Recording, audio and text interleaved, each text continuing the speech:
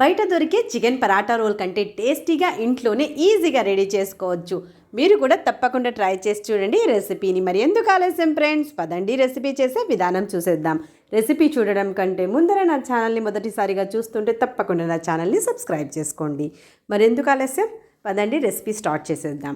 ఇందుకోసం ఇక్కడ నేను 300 గ్రాములు బోన్లెస్ చికెన్ తీసుకున్నాను. చికెన్ని శుభ్రంగా కడిగి చిన్న చిన్న పీసులుగా కట్ చేసుకోండి. పీసెస్ చిన్నగా ఉంటేనే రెసిపీ బాగుంటుంది. ఇప్పుడు ఇందులో 1 టీ స్పూన్ అల్లం వెల్లుల్లి పేస్ట్, సగం టీ స్పూన్ కారప్పొడి, సగం టీ స్పూన్ ధనియాల పొడి, పావు టీ స్పూన్ గరం మసాలా, రుచికి తగినంతగా ఉప్పు యాడ్ చేసుకోండి. 1 టేబుల్ స్పూన్ వరకు చికెన్ మసాలా యాడ్ చేసుకోండి. ఇక్కడ నేను ఆచి చికెన్ మసాలా వేస్తున్నాను. మీరు ఏదైనా బ్రాండ్దైనా వేసుకోవచ్చు. 5 రూపాయల ప్యాకెట్ దొరుకుతుంది కదా, అదే యాడ్ చేస్తానండి నేను. కొద్దిగా నిమ్మరసం యాడ్ చేసేసుకొని బాగా కలుపుకోవాలి. ఇంగ్రీడియంట్స్ మొత్తం బాగా చికెన్కి అంటేంత వరకు ఈ విధంగా కలిపిన తర్వాత ఇప్పుడు 2 నుంచి 3 టేబుల్ స్పూన్ల వరకు పెరుగును వేసి బాగా కలుపుకోవాలి. ఇది బాగా కలిసిన తర్వాత మూత పెట్టేసి ఒక అరగంట సేపు ఫ్రిడ్జ్లో మ్యారినేషన్ కోసం పెట్టేయాలండి. బాగా మ్యారినేట్ అయితేనే చికెన్ బాగుంటుంది. మనం అప్పటికప్పుడు కలుపుకొని చికెన్ ప్రిపేర్ చేస్తే సరిగా ఉండదు. అందుకని 30 నిమిషాలైనా కనీసం నానబెట్టుకోవాలి చికెన్ని. 30 నిమిషాలు అయిపోయాయి.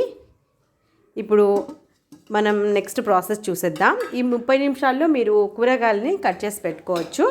ఇప్పుడు ఒక నాన్ స్టిక్ కడాయి తీసుకొని గ్యాస్ ఆన్ చేసేసి అందులో ఈ చికెన్ని యాడ్ చేసుకోవాలి.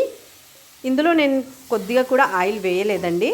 ఆయిల్ వేయకుండానే మనం ఈ చికెన్ని యాడ్ చేసుకోవాలి. ఇప్పుడు మూత పెట్టేసి ఒక 2 నిమిషాల పాటు మగ్గనివ్వండి. లో ఫ్లేమ్లో పెట్టి, హై ఫ్లేమ్లో పెట్టద్దండి, లేకపోతే మాడిపోతుంది. లో ఫ్లేమ్లో పెడితే చికెన్ నుంచి వాటర్ వస్తుంది. ఆ వాటర్తోనే ఈ చికెన్ మొత్తం ఉడికిపోతుంది. అస్సలు నీళ్లు వేయకూడదు మనం. ఈ చికెన్ నుంచి వచ్చిన నీళ్ళతోనే చికెన్ బాగా ఉడికిపోతుంది. ఒకసారి మూత తీసేసి కలిపి మళ్ళీ మూత పెట్టి చికెన్ బాగా ఉడికేంత వరకు ఉడికించుకోవాలండి. గ్యాస్ ఫ్లేమ్ని మీడియం టు లో ఫ్లేమ్లోనే పెట్టుకోండి. చికెన్ బాగుంటుంది స్మూత్గా. తక్కువ మంట మీద ఉడికితే చూడండి చికెన్ అయితే బాగా ఉడికిపోయింది. నీళ్ళు కూడా మొత్తం ఇంకిపోయాయి.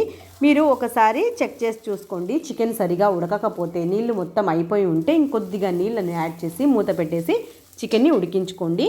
మనం తీసుకున్న పీసులు చిన్నగా ఉంటే తొందరగా ఉడికిపోతుంది అండి. మళ్ళీ నీళ్ళు వేయాల్సిన అవసరం లేదు. ఇప్పుడు ఈ విధంగా చికెన్ ఉడికిన తర్వాత ఒక 2 టేబుల్ స్పూన్ వరకు నెయ్యిని యాడ్ చేసి ఒక 2 నిమిషాల పాటు ఫ్రై చేసుకోవాలి. ఇక్కడ నేను నెయ్యి వేసాను. మీరు కావాలంటే బటర్తో కూడా చేసుకోవచ్చు. మీకు ఏమైనా హెల్త్ ఇష్యూస్ ఉంటే ఆయిల్తో కూడా చేసుకోవచ్చు. కానీ నెయ్యి బటర్తో వచ్చిన టేస్ట్ ఆయిల్లో ఉండదండి. ఈ విధంగా కొద్దిగా కలర్ చేంజ్ అయ్యేంత వరకు చికెన్ని ఫ్రై చేసుకోవాలి. ఇప్పుడు ఇలాంటి ఒక గరిటె తీసుకొని గ్యాస్ ఆన్ చేసేసి ఇందులో చికెన్ కొద్దిగా వేసి, స్మోకీ ఫ్లేవర్ కోసం అండి ఈ ప్రాసెస్. మీరు స్మోకీ ఫ్లేవర్ వద్దనుకుంటే డైరెక్ట్గా అలాగే చికెన్ని యూస్ చేసుకోవచ్చు. ఈ విధంగా చేయడం వల్ల పిల్లలకి చాలా బాగా నచ్చుతుందండి ఈ స్మోకీ ఫ్లేవరు. ఎక్కువసేపు కాదు, ఒక సగం నిమిషం పాటు పెట్టి తీసేయాలి. మరీ ఎక్కువగా పెడితే మాడిపోతుంది. ఈ విధంగా నేను కొద్దిగా చికెన్ మొత్తం స్మోకీ ఫ్లేవర్ చేసి పక్కన పెట్టుకున్నాను.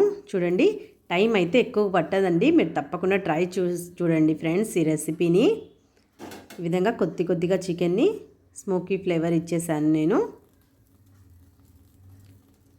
ఇప్పుడు స్టఫింగ్ కోసం చికెన్ అయితే రెడీ అయిపోయింది. నెక్స్ట్ ఒక పెన్నం తీసుకొని గ్యాస్ ఆన్ చేసేసి పెన్నం వేడెక్కిన తర్వాత ఇప్పుడు ఇందులో పరాటాలు వేసుకోవాలి. నేను రెడీమేడ్ పరాటాలు తీసుకుంటున్నానండి. మీరు కావాలంటే ఇంట్లో అయినా ప్రిపేర్ చేసి వేసుకోవచ్చు. ఈ ఒక పరాటా తీసుకొని 2 వైపులా కొద్దిగా కాల్చుకోవాలండి. ఒక సైడ్ మనం ఎక్కువగా కాల్చుకోవాలి, ఒక సైడ్ కొద్దిగా తక్కువగా కాల్చుకోవాలి. కొద్దిగా ఆయిల్ కానీ బటర్ కానీ యాడ్ చేసుకోండి. నేను ఇక్కడ ఆయిలే వేస్తున్నాను. పిల్లలకి ఇష్టంగా తిన్నట్లయితే బటర్ కూడా మీరు యాడ్ చేసుకోవచ్చు. 2 సైడ్లో ఎక్కువ కాల్చొద్దండి, ఒక సైడ్ మాత్రమే మనం ఎక్కువగా కాల్చుకోవాలి. ఇప్పుడు ఒక బౌల్ తీసుకొని అందులో ఒక కోడిగుడ్డును పగలగొట్టి వేసి బాగా బీట్ చేసుకోవాలి. ఇక్కడ నేను ఉప్పు కారం ఏం వేయడం లేదండి, మీరు కావాలంటే వేసుకోవచ్చు. చూడండి ఒక సైడ్ బాగా కాలిపోయింది కదా. కాలిన సైడ్ పైవైపున పెట్టుకొని ఈ కోడిగుడ్డు మిశ్రమాన్ని యాడ్ చేసుకోవాలి. ఇందులో వేసి బాగా స్ప్రెడ్ చేసుకోవాలి. ఈ విధంగా వీడియోలో చూపించిన విధంగా స్ప్రెడ్ చేసిన తర్వాత నెమ్మదిగా ఇంకో సైడ్ తిప్పుకోండి.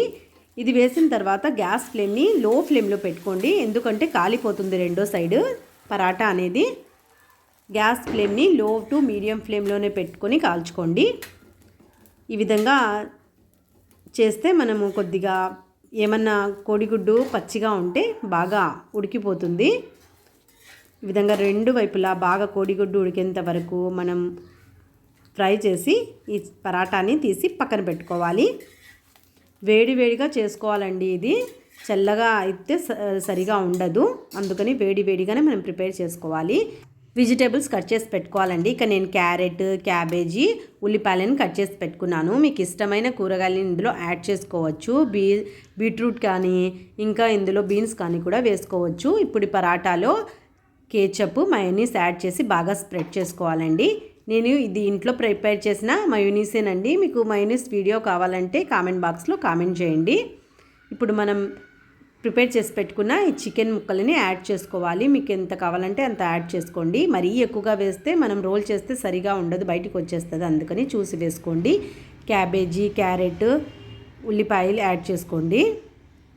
కావాలంటే ఇంకొద్దిగా మయోనీస్ అయినా పైనుంచి యాడ్ చేసుకోవచ్చు, నేను ఇంకా వేయడం లేదండి. ఇప్పుడు దీన్ని రోల్ చేసుకోవాలి. చూడండి రెడీ అయిపోయింది. ఇదే విధంగా మీరు పరాటాలని ప్రిపేర్ చేసుకోండి. చాలా టేస్టీగా ఉంటాయండి, పిల్లలకైతే చాలా బాగా నచ్చుతాయి. ఇలా చేస్తే మీరు పరాటాలు ఒకటి కాదు 2 తింటారు పిల్లలు. మీరు తప్పకుండా ట్రై చేసి చూడండి. మరి ఎందుకు ఆలస్యం ఫ్రెండ్స్, మీరు కూడా తప్పకుండా ట్రై చేసి మీకు ఎలా కుదిరిందో నాకు కామెంట్ చేసి చెప్పండి. రెసిపీ కనుక నచ్చితే లైక్ చేసి మీ ఫ్రెండ్స్తో షేర్ చేయండి. మరిన్ని టేస్టీ రెసిపీస్ కోసం నా ఛానల్ని ఇప్పటి వరకు సబ్స్క్రైబ్ చేయకపోతే తప్పకుండా సబ్స్క్రైబ్ చేసుకోండి. మళ్ళీ కలుద్దాం ఇంకొక రెసిపీతో. Thank you for watching.